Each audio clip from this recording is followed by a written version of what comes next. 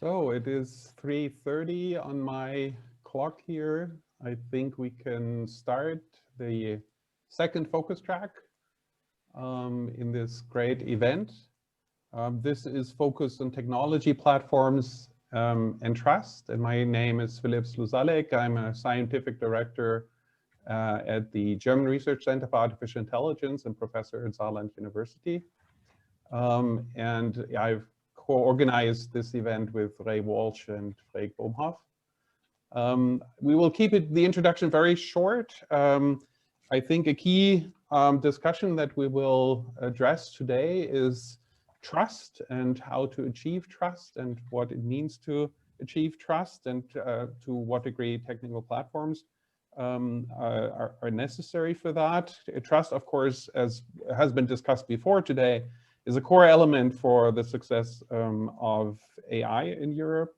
It's high on the political agenda, and but it also requires the means to create trust by users as well as in the society, and that involves many other aspects, including the certification of products and AI systems and many other aspects that I think we'll have plenty of time to talk about today.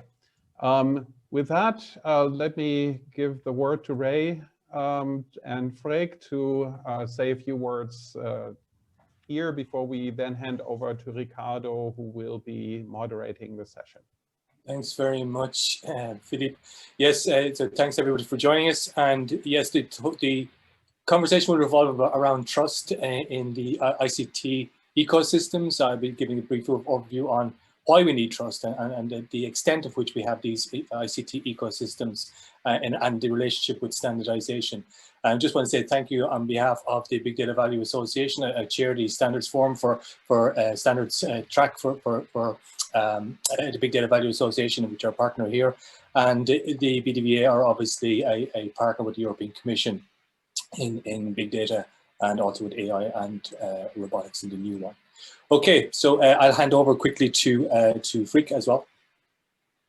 Hello, good afternoon. My name is Freek Boomhoff. I work with TNO, but I am here in my capacity of leading the task force within BDVA that addresses policy and societal aspects. And it is no surprise that trust is one of the main topics that is discussed in that task force as well, because I think it is the link between society and end users on one hand and technology on the other hand. So I'm really looking forward to what will be put on the table today, because I think this is one of the most important aspects of the things that we're trying to achieve. So I would like to give the word back to the chair. Right. Yeah, and just to give a very quick overview of the program that we put together, we'll actually start with Cécile Huet from the Commission, who will give just summarize the activities by the Commission and the situation and the general terms. And then we'll start with Wolfgang Walster, essentially on the German side of what's happening here. Katharina Morik will talk about specific aspects and the AI's competence centers. Then Ray will talk about some general aspects before we then go to the European level, with Frederick talking about the ICT 48 networks and specifically Taylor, and then I'll try to round things up with another view on the European level, and then we'll open it up to discussions. And again, the moderator for the rest will be Ricardo. Ricardo, welcome, and please go from here. Thank you, Philip. I'm Ricardo Chavarriaga from the Zurich University of Applied Sciences, and I'll be moderating this session. We have 6 great presentations, so without further ado, we'll just leave the floor to Cécile Huet, Deputy Head of Unit Robotics AI from the European Commission and DG Connect. Cécile, the floor is yours.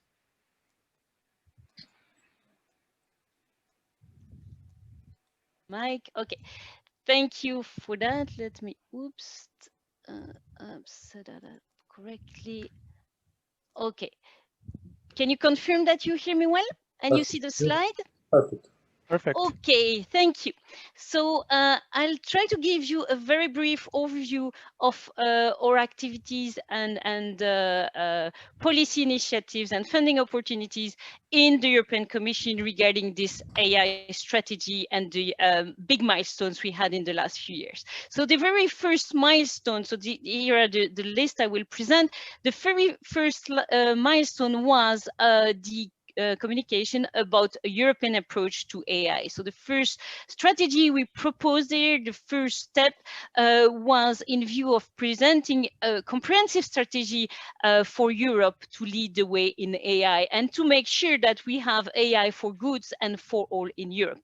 And for that, this first communication, first strategy had three pillars. One, it's about funding. It's about supporting R&D and uptake of AI. Second pillar is to make sure that we know that there will be a big change in the job landscape, but we have to prepare for that. We have to make sure that the people are equipped with the right skills, the skills to develop the technology, but also to reskill the workers so that they can also take advantage of what the technology can offer. And the third pillar is to make sure that we have also the right ethical and legal framework to develop and deploy AI. And it's very important, this part of the work we engage, we set up a high-level expert group in AI, you have heard about them, representing the various type of stakeholder, industry, academia, but also civil society. And we worked as well, we engage everybody, every stakeholder through the AI European AI Alliance to develop the ethics guideline. I will come up back in a second. Regarding the investment, we drastically increased our annual investment by 70% in the last 3 years of Horizon 2020. And the goal is to reach a global investment, yearly investment of 20 billion euro a year in Europe, combining public and private funding. Now, the next big milestone is the communication about the coordinated plan on AI made in Europe. It is very important that the member states agree to, and the Norway and Switzerland associated countries agree to join forces to work together and with the Commission on the coordinated plan on AI, because none of the country on its own can compete globally. So our chance is really to join forces and focusing again on this AI made in Europe, human-centric AI, AI developed and respecting our values and developed and deployed under our conditions. The next big milestone is a communication about building trust in human-centric AI. And this is actually welcoming the outcome of the work of the high-level expert group on the AI and the AI Alliance. And they developed an ethics guideline which contains 7 key requirements to guarantee trustworthy AI. So this communication welcomed these 7 key requirements. And in addition to that, there is also a tool to implement in practice for developer or deployer of AI. What does it mean for me? How can I check that my product or my service does meet those 7 key requirements? So these requirements cover all the aspects such as transparency, robustness, technical robustness and safety of AI, privacy concern, human oversight, and things like that. So these are the key requirements, which then imply some technology solution, but also non-technical solution to guarantee that we have trustworthy AI systems. And the last milestone was about the white paper on AI, again capitalizing on the previous work done. And this white paper on AI has 2 big pillars. It's the ecosystem of excellence and ecosystem of trust. indeed, we know that AI is good, can bring a lot of added value for customers, business, public interest, based on all the type of application that can help us in our daily life. But of course, we should not ignore the potential risk. For which kind of risk? For the safety of customers and the user, you bring more autonomy in system, then it could have safety consequences. And also for fundamental rights. We talked about privacy concerns and things like that, human rights, bias you could have in system. So that's very important to take that into account in developing and deploying system. So this is the structure of the white paper on AI with the two pillars. So the ecosystem of excellence, it is key that in Europe, we keep the lead. We have strategic independence of AI system development. So we should continue funding research and development so that we can master this technology, so that we can deploy them and develop them the way we want to respect our value. And in parallel, we have the ecosystem of work, of trust, and I will develop that in a moment. And together with that, and especially important in the context of this conference, we have a European strategy for data to make sure that we have increased availability of good quality, high quality data, again, respecting GDPR, respecting the way we work in Europe and our values. Regarding the ecosystem of excellence, we have a number of tools we want to continue in the funding mechanism we have. So we continue working to coordinate our activity with the member states to join forces, being stronger in developing and deploying AI.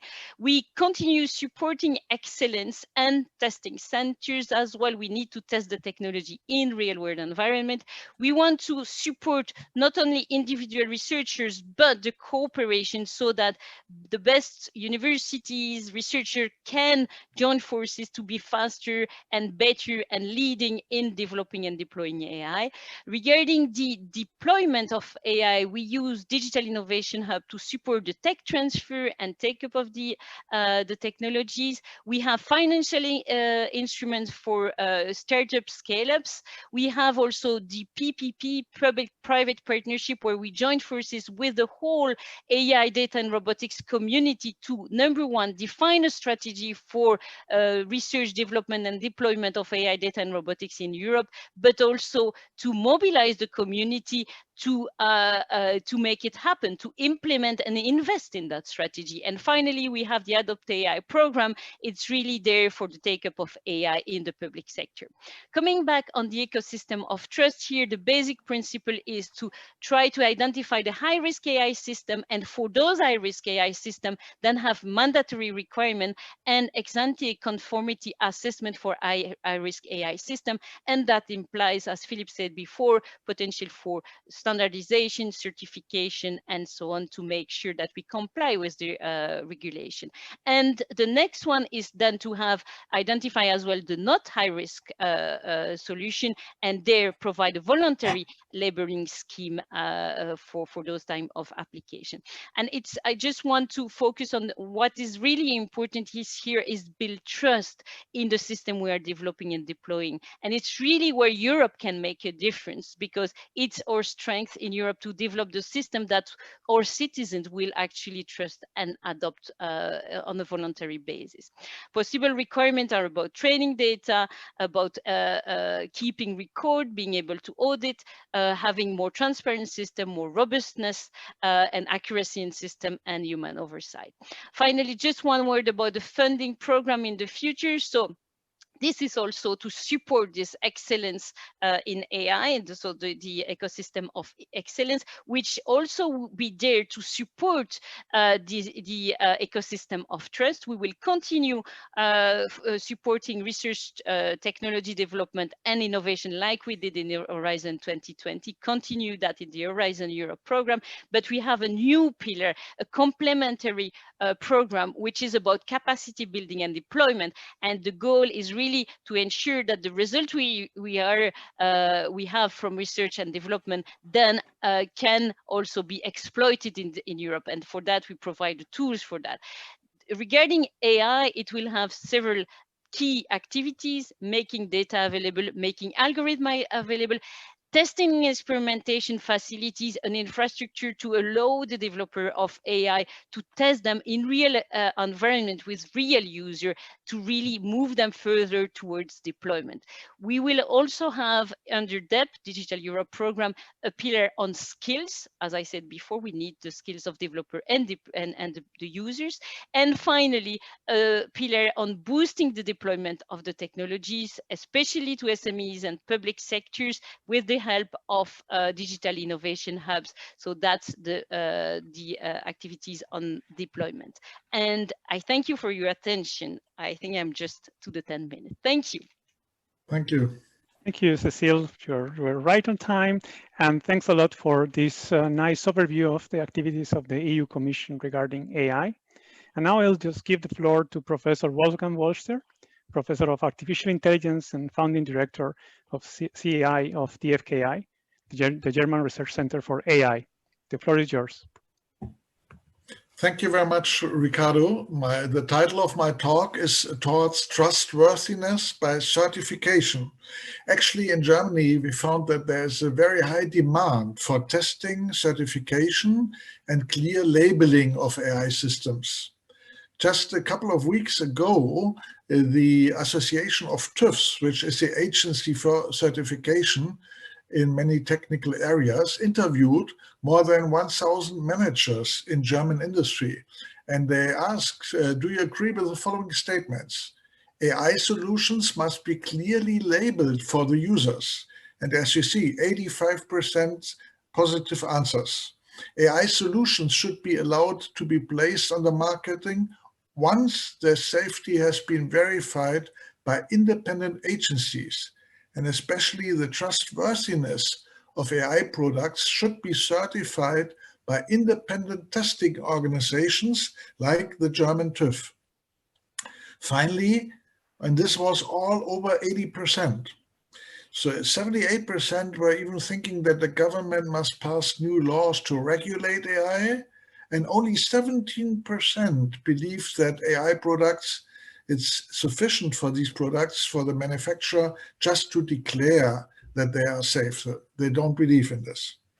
So therefore, we worked very hard for 1 year in Germany in a group which was led by Christoph Winterhalter, the CEO of DIN, the German Standardization Office, and myself.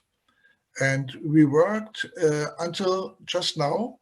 The so-called German Standardization Roadmap on Artificial Intelligence, I think, is the first worldwide, which gives a comprehensive survey on all the AI certification and standardization issues worldwide, with a special focus, of course, on Europe and Germany. And it also shows where there is a lack of standardization. It is a big report, 256 pages, and the idea is to have the full spectrum of conformity assessment, starting with simple calibration, inspection, audits, but then going on to validation, and on the top, of course, verification, which is not in all cases possible in AI technology, so that we really try to have internationally harmonized testing profiles. We had about 300 experts involved in this 1 year exercise in 7 working groups. Finally, 183 authors of the report, both from very big corporations, small and medium enterprises, startups. The trade unions were involved. Of course, a lot of academic researchers were involved, and also important NGOs.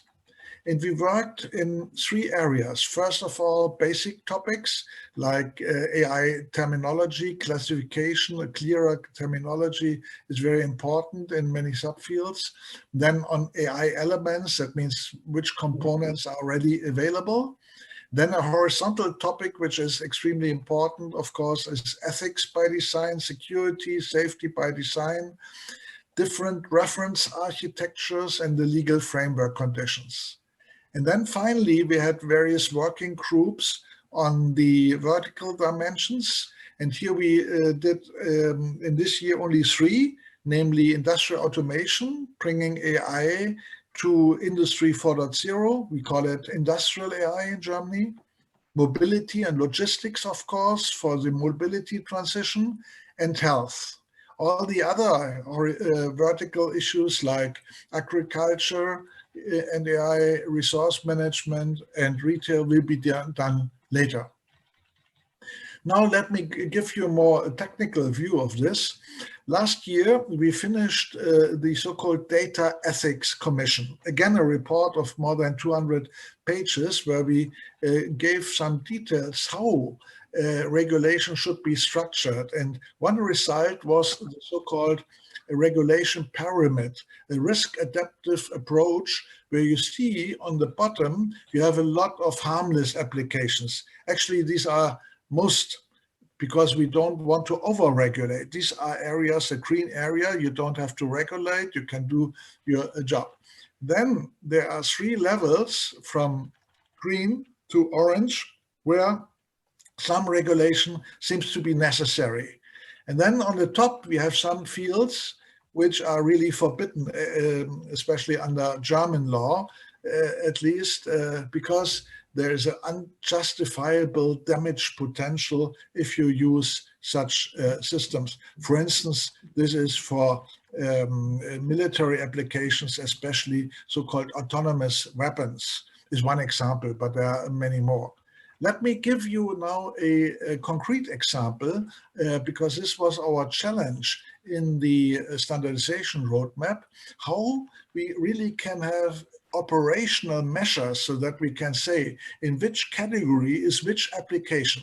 Let me do this in a very simple one, which is important for Europe. Europe is, of course, leading in machine translation because we have all these languages. And a very simple metric, which is operational, is the blue value. It's a rough measure how good a translation system is. By the way, the European systems which were launched for the German presidency, they are better than the US systems, clearly, when you check the blue factor. But still, you have applications where you cannot accept machine translation. This is especially under German law, testimonials in the court.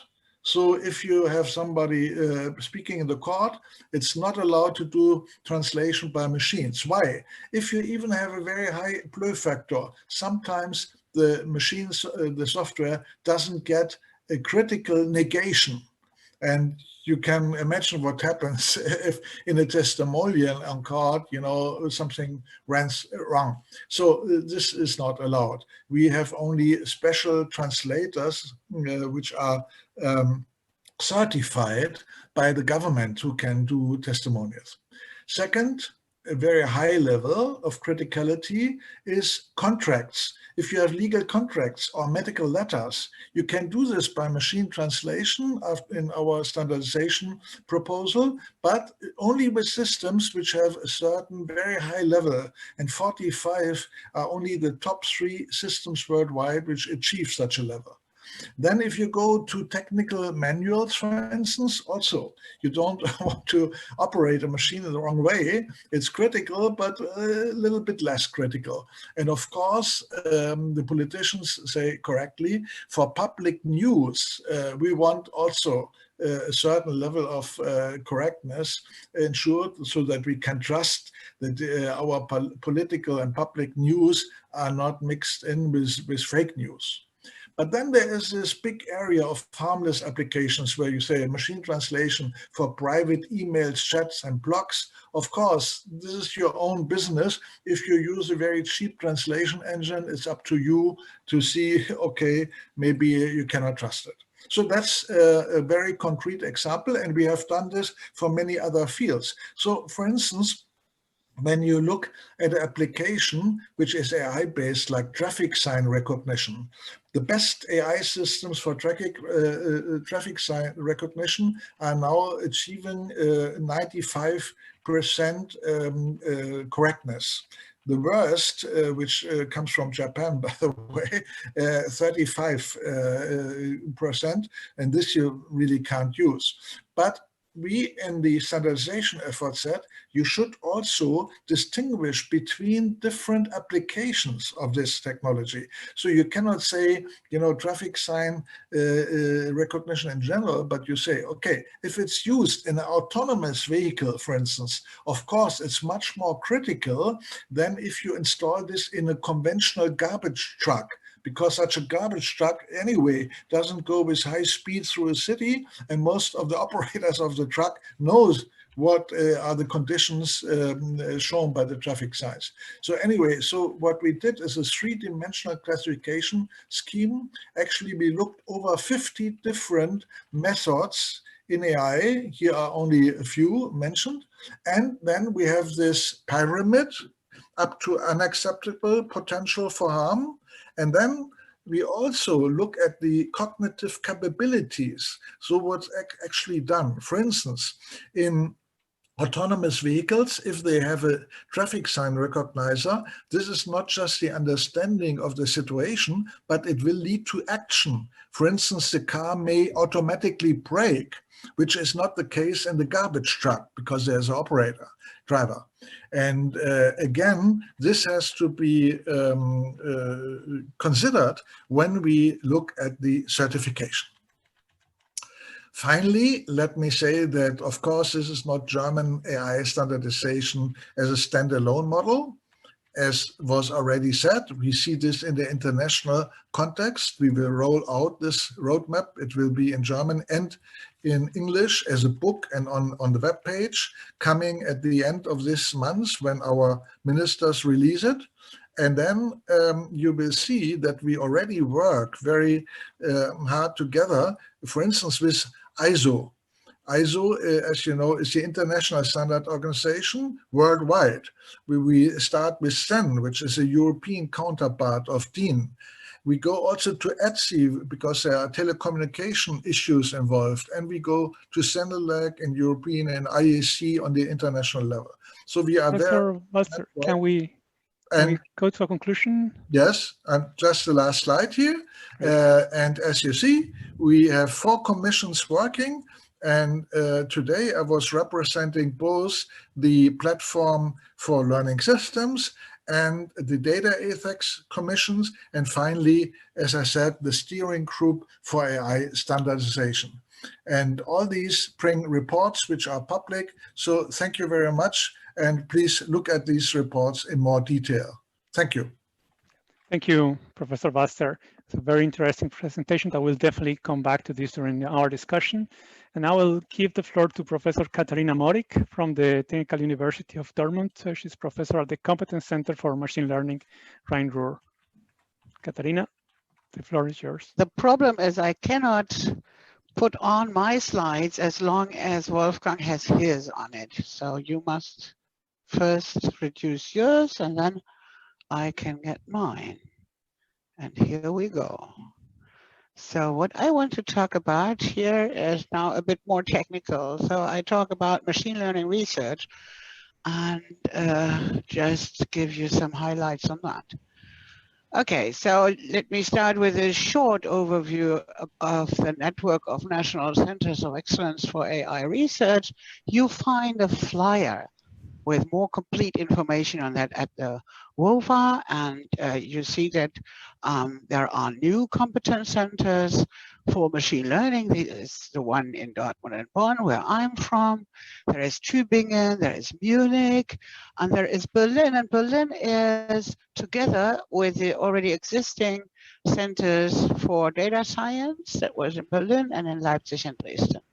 And for the very long existing and powerful German research center for artificial intelligence with many groups that is already existing since the 80s. So now let's get to science. Machine learning research for trust. There are many and a long history of many approaches to interpretability, explanation, proof of properties, and pipelines.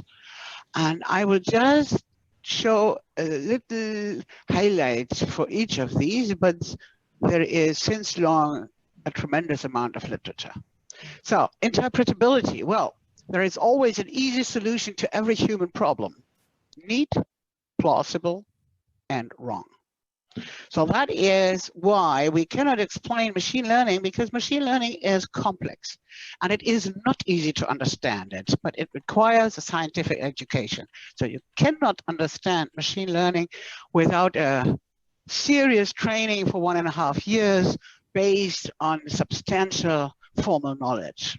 So it is not easy to explain if you do not want to tell something wrong, and therefore you need other means of making it interpretable to someone who did not receive that training. So what can we do if we interact with experts of other fields? Well, we can show them our learned model in a way that they can understand and can base that understanding on their own substantial scientific knowledge. So there was an early work of Stefan Rüping, 2006, a PhD thesis on interpretability of learned models. And there you zoom into a support vector machine model of classification, and you show the difficult parts of it and have different learners for each part of the model. So you have the overall support vector machine, and then you have a little area where you use a decision tree, and you have logical approximation of numerical models. So then explanation, of course, has the same difficulty that on the one hand, you would need a lot of knowledge, but on the other hand, you want to give the explanation to an expert of another field. And what you can do is you show outliers in the data. So you show areas in the data where either there is something wrong, it's a measurement failure, or there is something interesting in the data, something has happened. Now, current data sets very often have terabytes of data. So which data should the expert look at in order to get an understanding of it? So you can use machine learning for that. Here you have an example of astrophysics. We are collaborating with astrophysics, and there we have terabytes of data of our Cherenkov telescope. And here what you see is the abstraction that we have found using machine learning by on the fly applying submodular functions. We find prototypical events in the data that summarize the whole data set. And then our partners from astrophysics identified these particular examples as relevant, and they could understand the data set. That's what they said, okay? Now, explanations can also be that you do model agnostic explanations, that is put forward by the PISA group. They do something very similar to what Stefan Rüping did in 2006, that they use the learned model and then learn another very simple model from the behavior of the learned model. So they learn decision trees or rules. And then there is this approach of the Berlin group.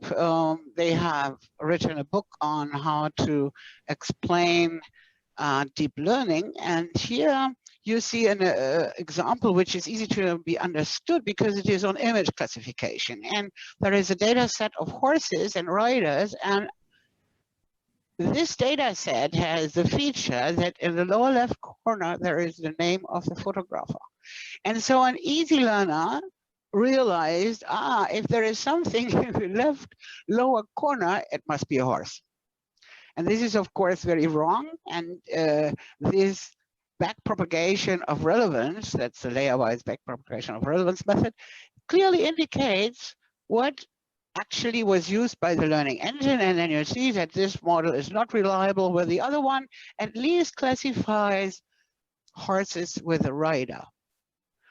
Well, proof of properties are, of course, what needs most research. And in my view, it is what giving you most trust. Because if you can prove it, you only have to show that the proof really, the bound is a tight bound. So in computational learning theory, for instance, the bounds are sometimes quite loose. And therefore, we are currently working on more specific bounds. As you see here, for example, we can really, for different, these are different algorithms for probabilistic graphical models, and there in particular for calculating the partition function. Never mind, the exact details, but what you can see is that there are lots of algorithms, and we clearly indicate the complexity and the quality and give tight bounds on that. And then if we have the proof, we do not only give the proof on quality and complexity, but also the resource bounds for memory, communication, and computing capacity. So what you see here, for instance, is an example of one of the most complex learning models, probabilistic graphical models, using only integer numbers so that it can be computed on ultra low power devices. Now, with that, you clearly need tight bounds to show that this approximation still is reliable.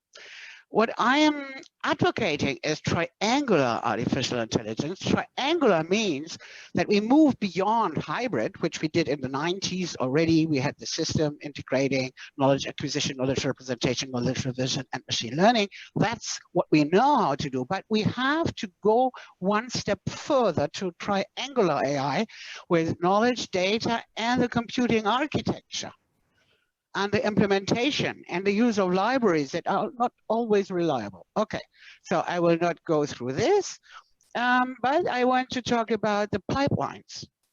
Machine learning pipelines cover the overall process from data acquisition, data formatting, inspection, cleaning, transformation, training a model, validating it, and deploying it. And at each step, machine learning may be involved. Feature extraction, selection, discretization. These are all learning algorithms, such that there is not a pipeline without machine learning and then comes a learning algorithm. No, it is a pipeline of a lot of learning and other methods. So even model deployment or inference is optimized for particular hardware and real-time processing using machine learning, and all this demands theoretical investigations. It also, well, we can start with just documenting and optimizing the overall process that is done by the RapidMiner system, just to give you a feeling of what the system does to be understandable. Here is just a case of credit risk modeling where you see the overall pipeline and you see the operators, and one such operator here is just below this is a chain again, and below some operators there are pipelines of other operators again. So it's a nested architecture here, but the expert can zoom in and zoom out in order to gain some understanding of the overall machine learning pipeline. And this is so popular now because of the fact sheets advocated by IBM and the model cards advocated by Google. They want to have these declarations and model reporting, just like we did with RapidMiner years ago, but we want to go now one step further. This is again in the course of triangular artificial intelligence, that we want to state bounds of the error and the resources, which is memory, runtime, communication, energy, for an algorithm implemented on a certain computer architecture. And that's why we want to give such labels as with other electrical equipment. And we want to have these care labels that really bring together, like the care labels bring together textile and washing machines. We want to bring together the algorithms and the implementation platform and hardware. Well, trustworthy machine learning at our research center, Machine Learning Run in Ruhr, uses complex knowledge to help exclude erroneous generalization. It's a human-oriented machine learning that prepares for human inspection of models. And it is, of course, that we do research on proving guarantees. And we have also worked on certification methods that take into account ethics, law, fairness, transparency, privacy, robustness, security, safety, balance of autonomy, and human control. There is a white paper written by some interdisciplinary team. Okay, well, we are internationally well collected, that is clear. And what I also wanted to show is that the particular German competence centers and the particular French AI centers do meet regularly. I mean, there is a strong tradition of German and French collaboration in machine learning. That's what I'm talking about. Since '86, when there was the first European workshop on learning, and that was '86, and it became the largest European conference on machine learning. And at the last physical meeting last year, there was a meeting of all the competence centers from Germany and France at the conference. And you see here, it was the conference with 800 participants. You see here Bertrand Braunschweig organizing the French side, and that was it. So my summary is that I wanted to show you a little bit of interpretability, a little bit of explanation of proof of properties and of pipelines.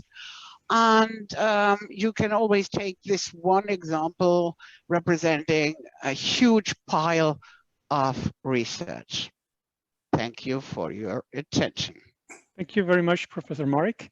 And then we'll just give the floor to Professor Ray Walsh from the Dublin City University.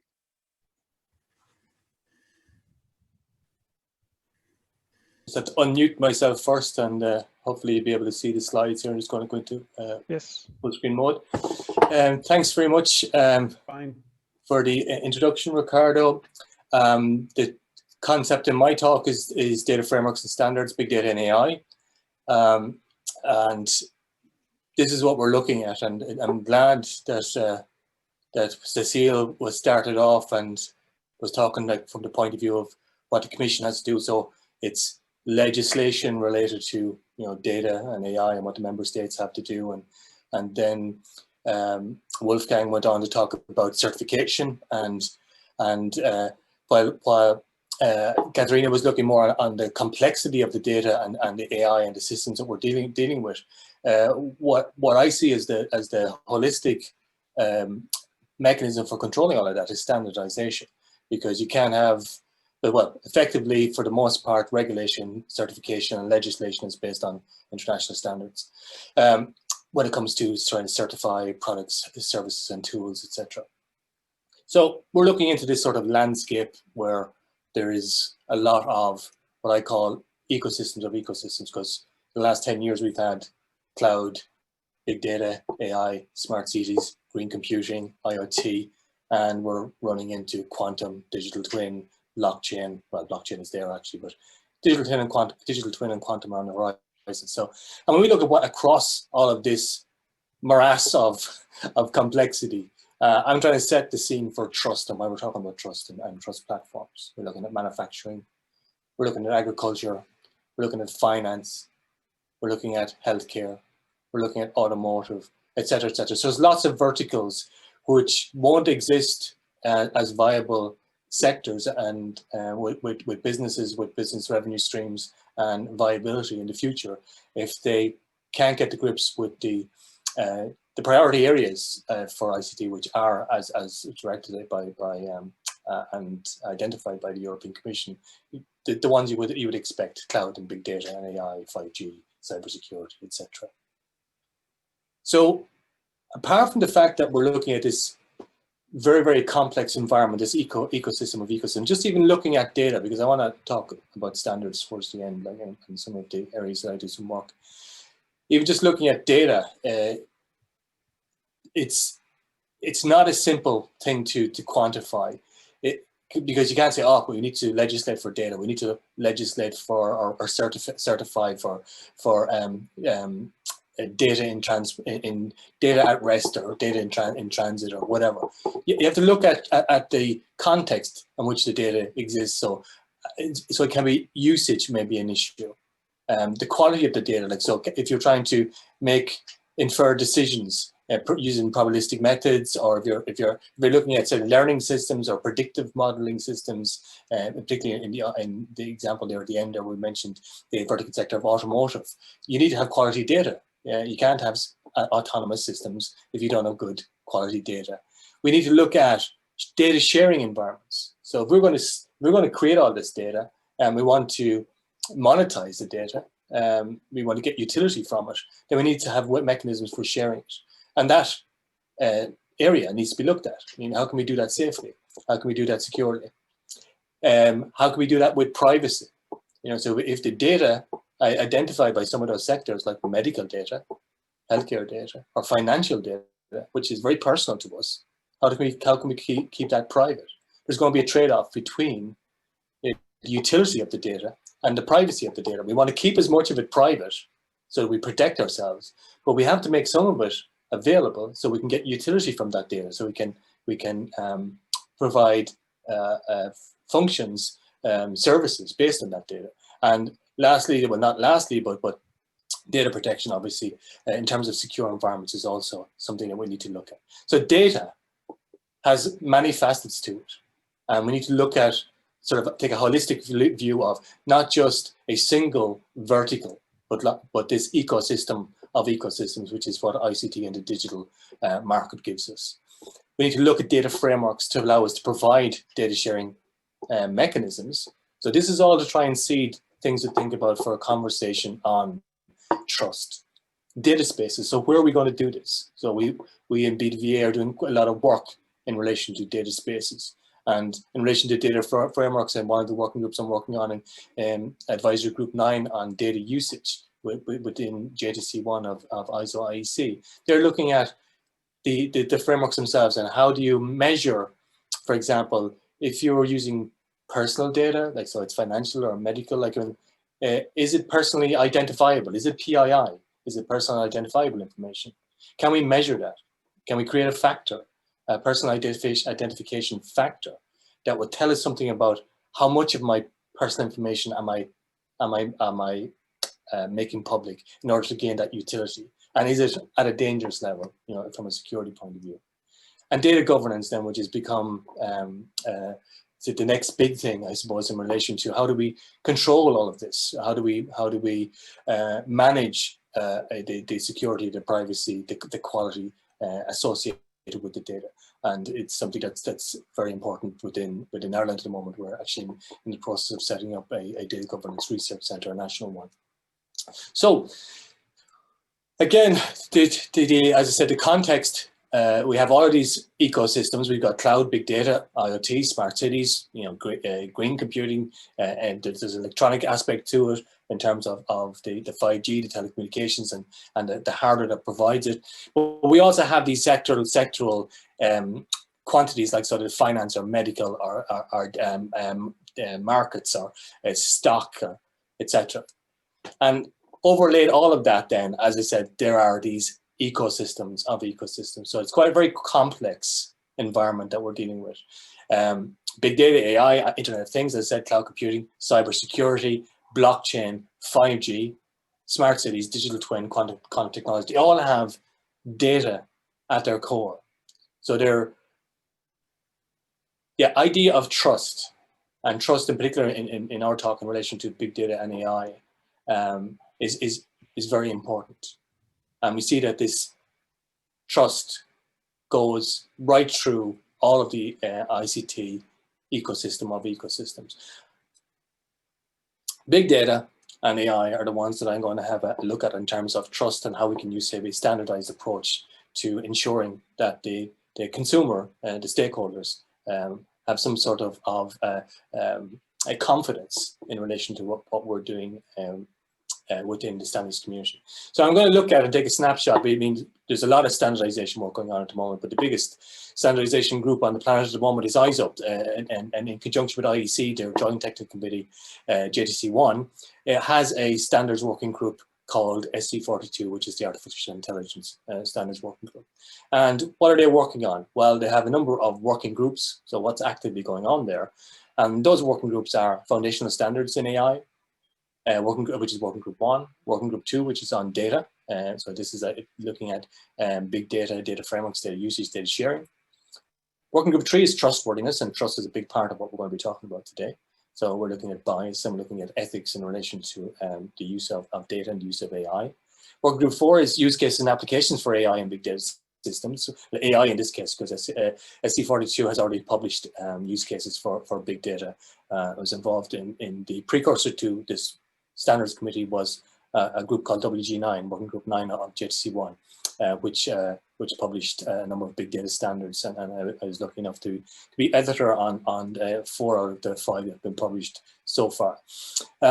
And WG5, then the last working group 5, is computational approaches and computational characteristics of AI systems. So that's a very long title for a standard. And apart from those working groups, so where the activities of the standards development goes on, SC42, under the chairmanship of Wael Deeb and various other conveners under who run the working groups, they also have advisory groups, so on AI systems engineering. So these are like what used to be called study groups, and these study groups are looking at sort of systems engineering type approaches to AI. And systems engineering normally takes a more holistic view, not just a single ecosystem view in terms of trying to develop standards. Also has an ad hoc group on dissemination outreach, and also has joint working groups between SC42 and SC40 on the governance implications of AI. So which is something that we could we'll have a very long conversation about in relation to the trust environment.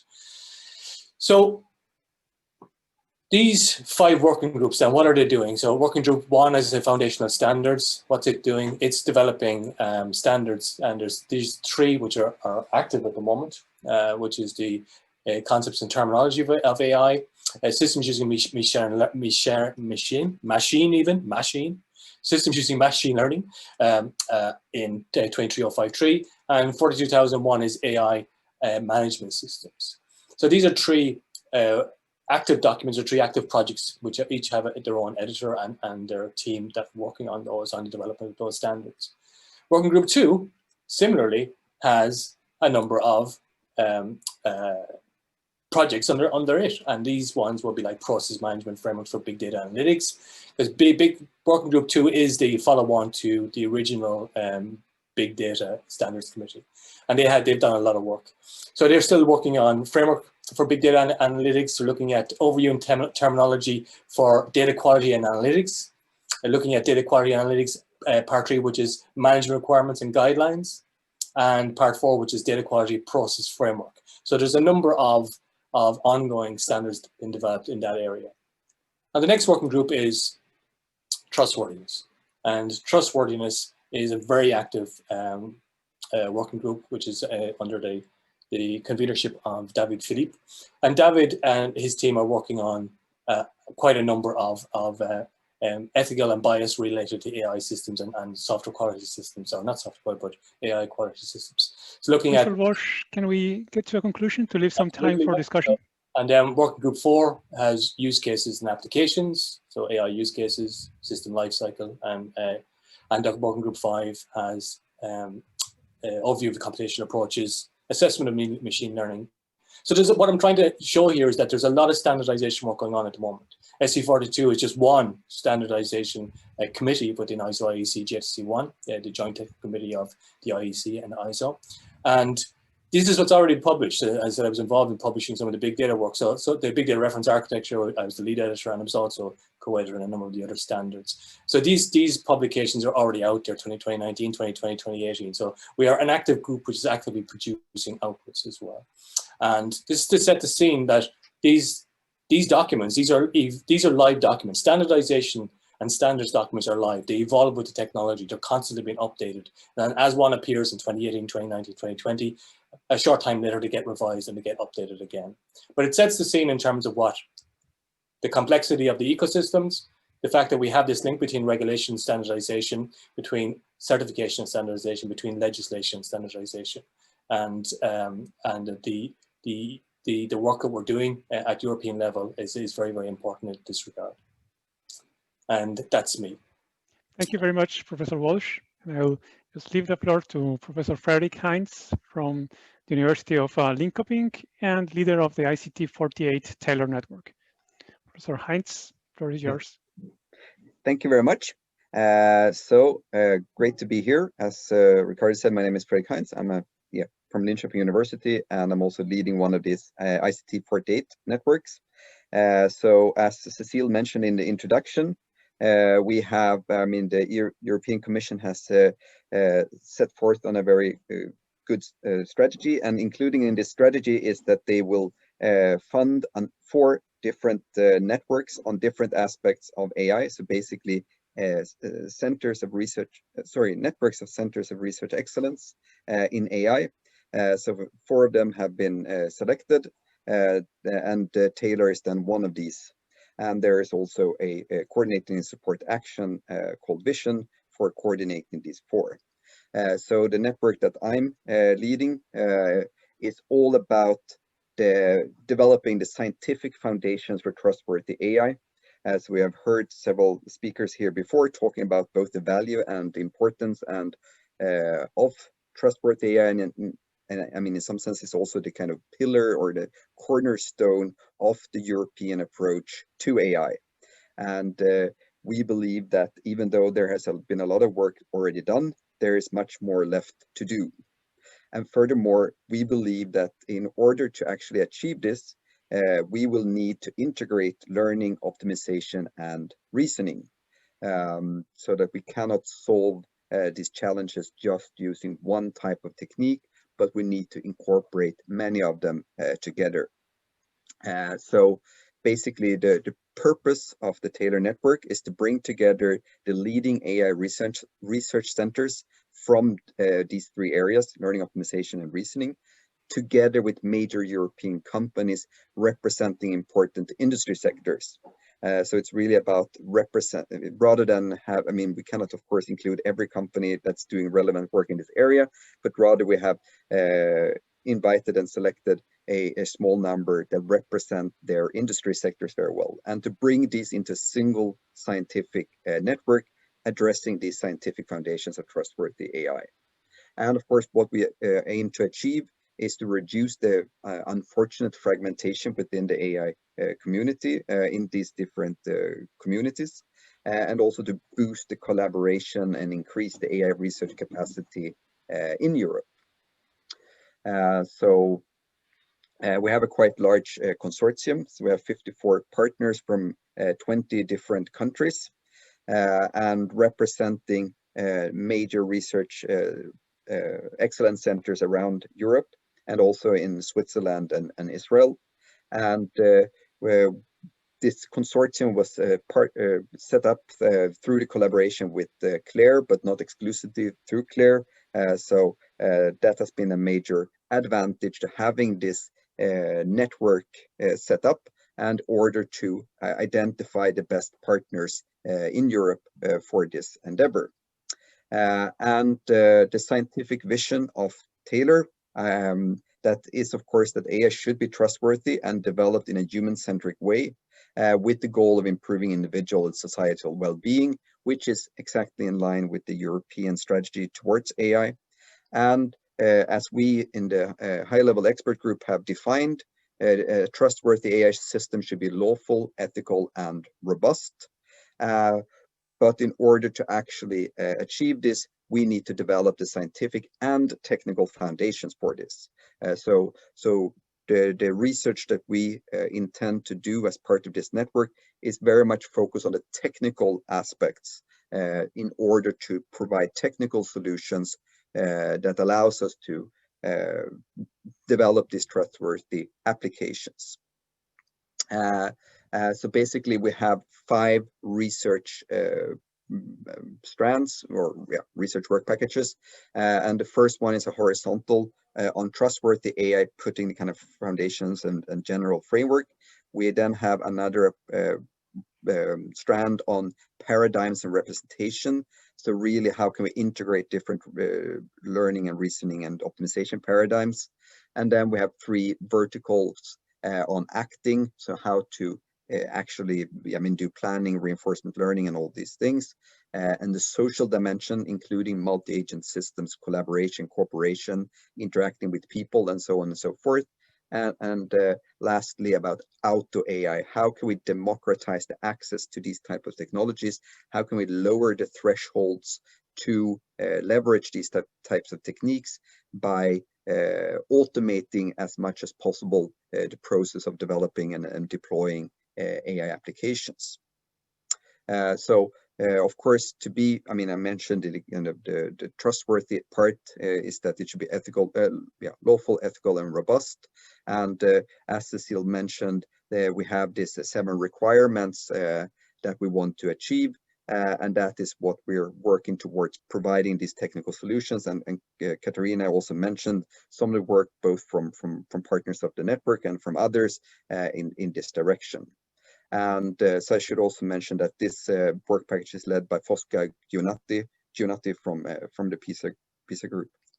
And then this joining these paradigms and representations, that work is led by Luc Derat. And of course, we're here very much interested in how can we combine, for example, neural networks approaches with more logic-based approaches, or how can we build this kind of statistical relational approaches and neurosymbolic approaches and so on and so forth to develop these joint paradigms that allows us to address these challenges that we're interested in.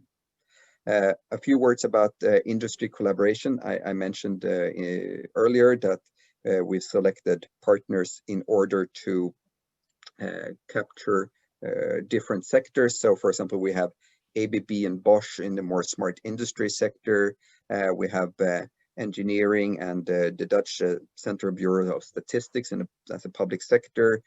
We have mobility and transportation, ZF and Volkswagen, health sector and so on. So what we want to do is to leverage these important companies and to also bring other companies and partners in these sectors together in what we call theme development workshop, where we will work together on identifying the main challenges and the technical problems that we need to solve in order to provide the kind of solutions that's necessary for these different sectors. And this work is then led by Philip and DFKI.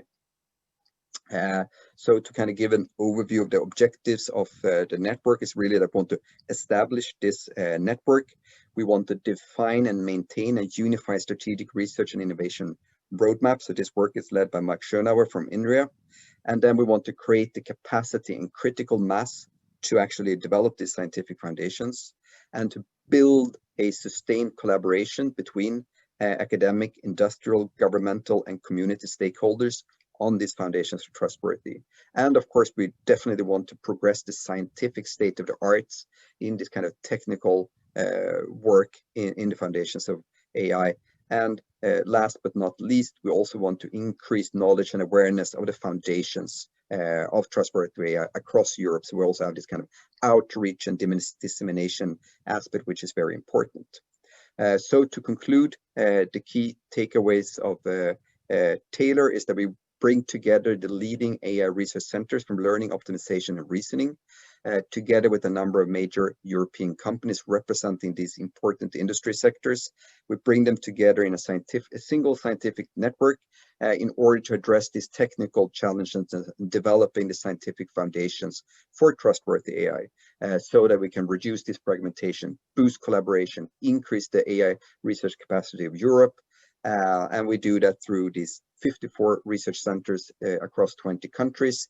And of course, we have all the kind of standard instruments of road mapping, basic research program, network collaboration tools. And actually, one interesting thing is we have something called a connectivity fund, which allows us to provide third-party funding to people that want to collaborate with people within the Taylor network. So there will be calls for this coming out, the first one shortly here. And we've also been thinking about how do we get the long-term sustainability of a network like this. And here we're very much thankful for the collaboration that we have with the CLARE network, which we believe can be one major component in achieving longevity and to kind of take the things that we develop within this network further in the kind of network form. But of course, we also want these scientific foundations that we will develop will be a key part of realizing the European AI strategy. Thank you very much. Thank you very much, Fredrik. And last but not least, I'll give the floor to Philip Lusalek, Scientific Director and Professor at DFKI and Saarland University. Philip? Yes, hello. I hope you can see my slides. Not yet.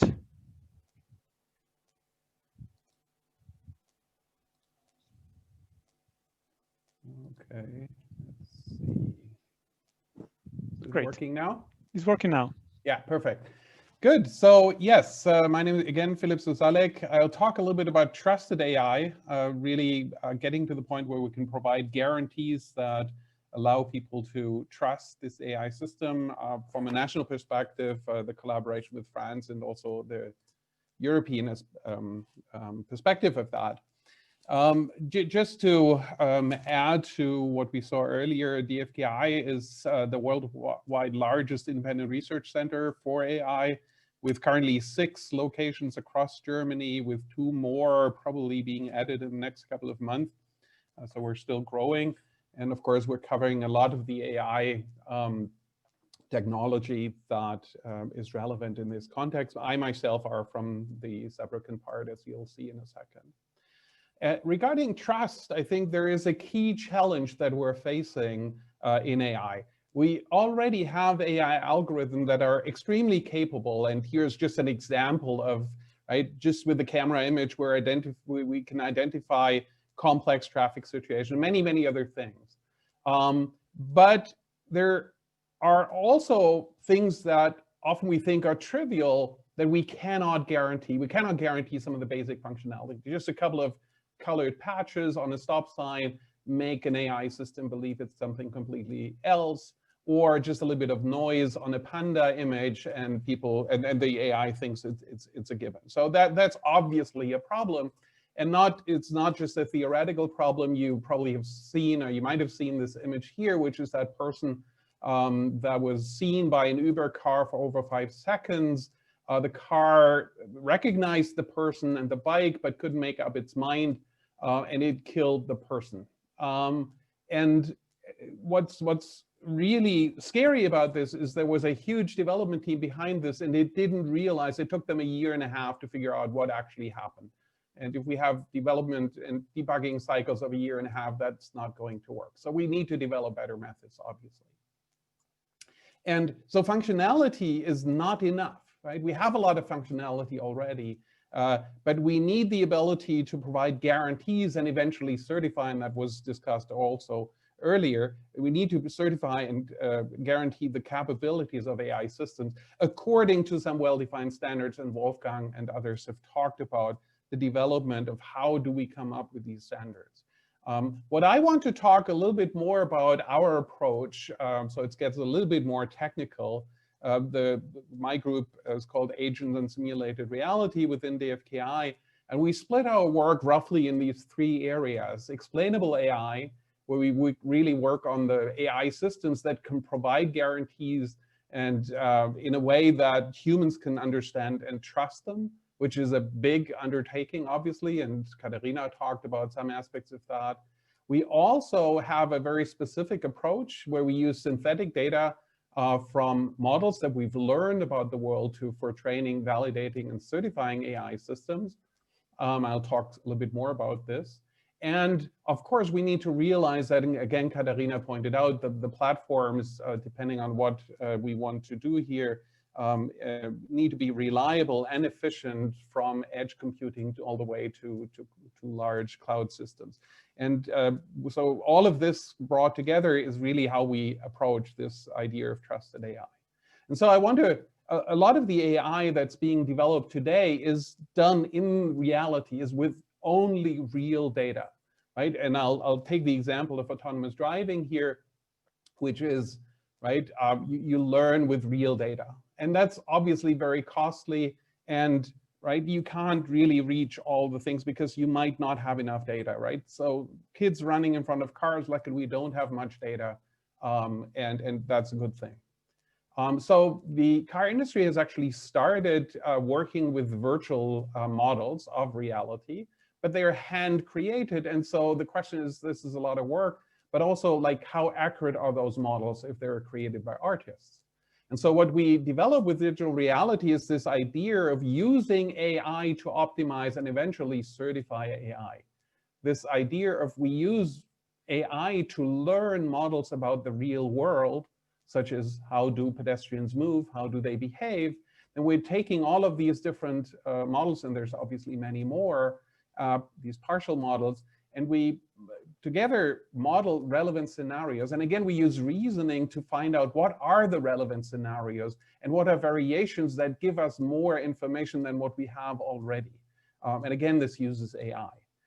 Then we have these many instances that hopefully give us more information. So it's very specific forms, let's say, of kids running in front of cars, virtually, of course. And then in the third step, we simulate these environments. So how the kid walks across the street and how traffic flows and so on. But we're also simulating the sensors of the car in order to be able to generate the data that a real car with its real sensors would see if it were in that situation. And then we can use that data, as I said, for training, for benchmarking, for validation, so targeted testing, as well as eventually to certify the properties of AI systems by targeted testing. Now, the last step is to then use this and close this loop and be able to identify situations in real data where maybe our system is not good enough yet. Our models might not be good enough or not complete. And so we can identify problems and then improve our models and continuously increase and learn with the idea, because reality changes anyway. So we have to do this anyway. And by the way, I explained this in the context of autonomous driving, but obviously this is something that you can do as long as you can model the environment with which the AI system interacts. So it's very, very general. So this is our approach that we're taking locally here in Saarbrücken with the Saarland Informatics Campus and the DFKI here on site, on campus. But we also combine this with the regional activities, with Luxembourg, with the Grand Est region on the French side, including the center, INRIA Center in Nancy here. And we're setting up more projects in this direction to really just, empower the region around us. And then we're participating, of course, with Land as a System, the National AI Platform, with Gaia was mentioned before. And we've created, since the beginning of this year, we now have a very close and strong partnership with INRIA on the French side, with over €5 million projects running already. There's more projects. We'll probably double the number of projects in the next couple of months. So there's strong collaboration on the national levels between DFKI and INRIA. And this also addresses this trusted AI topic. On the European level, there is obviously, like Frederick just talked about, the network centers of excellence, like Taylor and Vision and Humane AI, in which we're, as DFKI, we're key parts, but there's this idea of really not just taking this one network, but really bringing all of those foreign networks together under the Vision Coordination Action, which is also strongly driven by Claire, which I helped found. And so Claire was mentioned a couple of times. I'll say a few words on that. And also on the international level, we shouldn't forget that. And actually, we just got a project where, which is about the International Alliance for human-centric approach to AI, where we support the Commission, including A1, the unit A1 of Cecile, including and supporting them for creating networks with other countries, with like-minded countries that have the same approach. So let me take a very short time to talk a little bit about Claire, which I think brings together a lot of AI and overcomes the fragmentation on the European level. We founded this like 2 years ago, a little bit more than that. We already have over 3,600 experts, offices in a number of countries in Germany, in Den Haag, in Rome, and now in Paris also. So we were really distributing. We're supported by over 9 countries, governments from 9 countries, I should say, as well as international organizations. So it's a really strong, it's the largest AI research organization at this point. And the way we work is we have these over almost 400 research labs all across Europe that are part of this, representing more than 22,000 staff and researchers. and really connecting not industry and research on the local level. And then we combine this with regional centers of excellence, top researchers, and the networks that you already heard about are key elements of that, but we also link this with AI for You and some of the ICT 49 proposals. So we're very active along those lines. But the key thing that we want to achieve is also establishing what is now called, in the white paper of the European Union, is called the Lighthouse Center, or what I like to call the CERN for AI, as a symbol for European excellence and ambition in AI. We think that's something that is really missing, something that would be unique worldwide if we can establish that. And it would enable to be able to do some of the large projects that we're missing out right now, that the individual labs and centers, but also on the national level, we can't do the large project. We really need this. So there was a lot of success. All of our initial ideas from our vision paper are in the white paper of the Commission. I talked about the networks.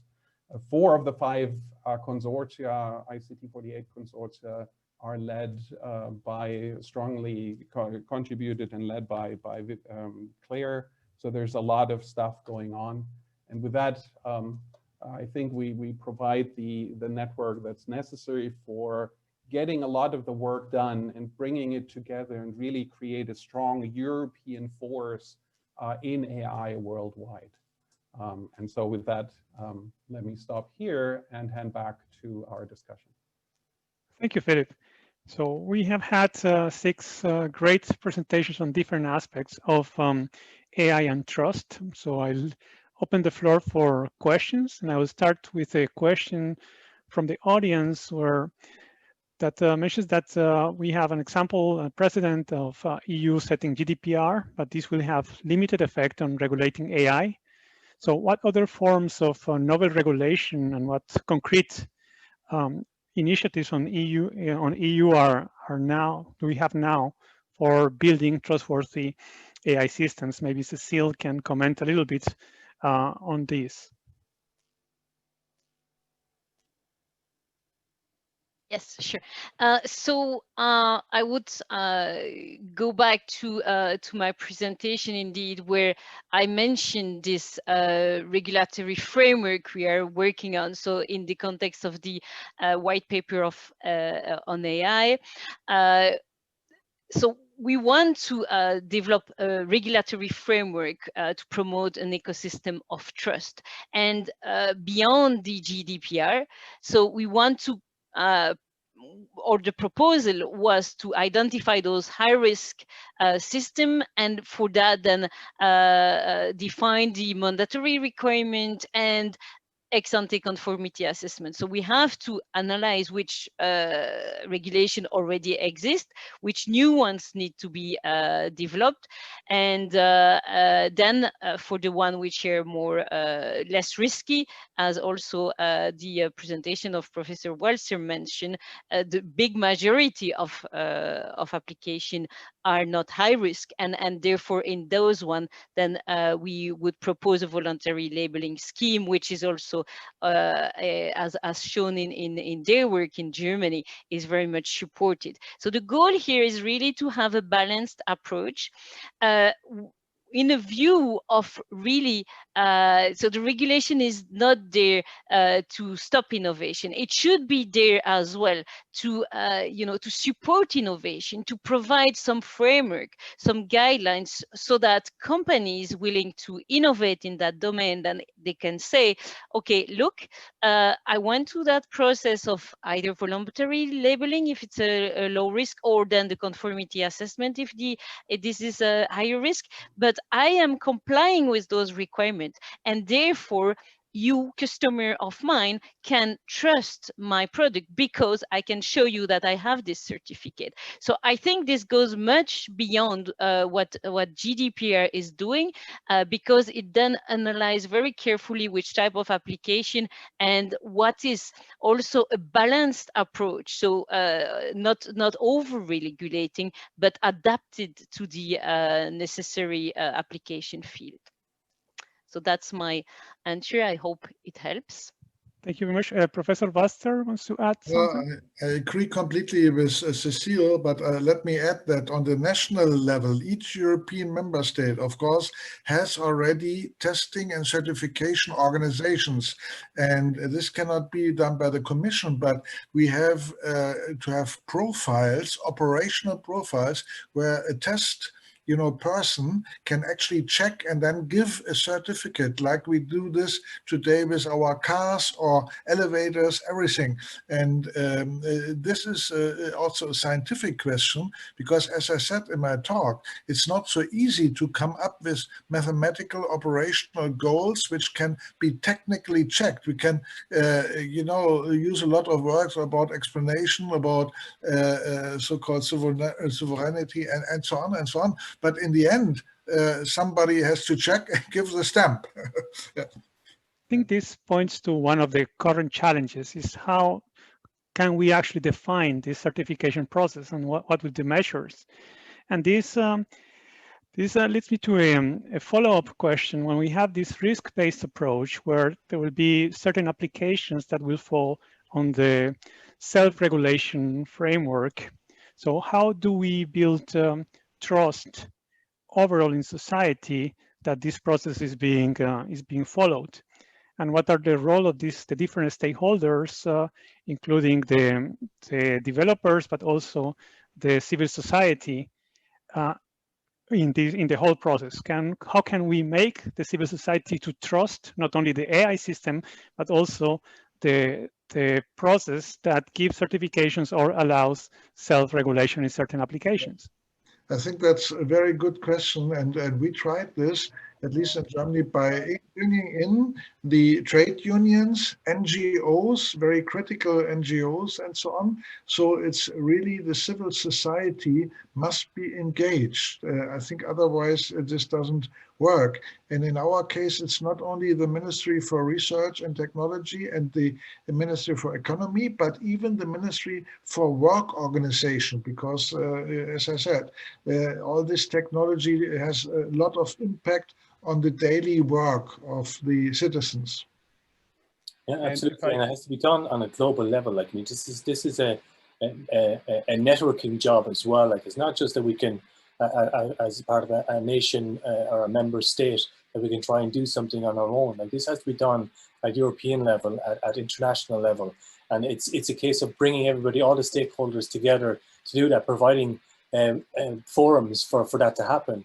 And as part of the work that we're doing in terms of ISO, we also have this challenge, I suppose, of trying to bring as many stakeholders together as possible, so that we have this confidence, so that the stakeholders or the citizens or the customers, whichever you want to refer to them as, that they have this confidence in the certification. And as I said, if we've got standards, we've got international standards that developers are buying into, that legislation and certification is based upon, that is backed by the national standards bodies of our member states within the European Union, and then, like having the kite mark, the safety marks on toys, people will buy them and use them and utilize them, whether it's services or tools or technologies, once that they know that they've been standardized, that they have this level of compliance. And it's the one way of looking at that. The way I sort of vocalize that is that, like, standards is what we put in to our technologies, our tools, and our processes, so that our citizens can get out confidence, and they can engage with them and be happy that we're working on their behalf to make sure that this is safe. Mm-hmm. So I will highlight the mention that the developers and industry are actually looking forward to have these standards and these certification processes, the need of multi-stakeholder engagement, and also a need of discussions at an international level.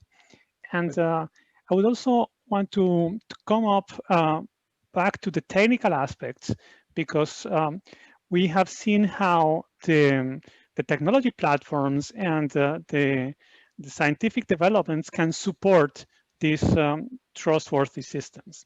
So here I would like probably to hear from Frederick or Katerina and Philip a little bit how this balance between the technological support for trustworthy systems and other mechanisms should be rolled out. And what are the limitations that we have on building trust through technological aspects alone? I mean, I can start, and I think one very interesting aspect, which actually I'm doing some research on myself, is this: how do we verify and validate these kind of systems? So I'm working with industrial PhD student in a very safety critical company, and of course, actually, there, in some sense, the goal of our research is how do we define technical methods to verify that, for example, a machine learned classifier or a machine learned say a reinforcement learning system actually will work as expected.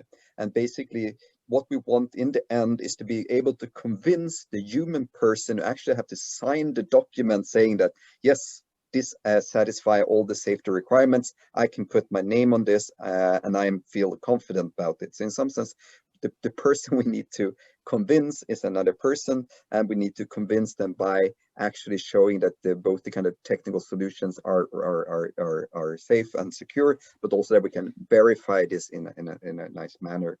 So that's one concrete thing we are working on. Yes, and if I can add to that, I think we have to show the evidence, right? We have to develop techniques. That's the very important part that we shouldn't overlook.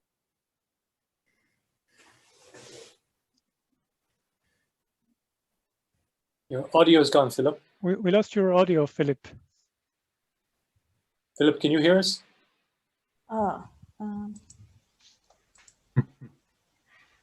Lost your audio, Philip.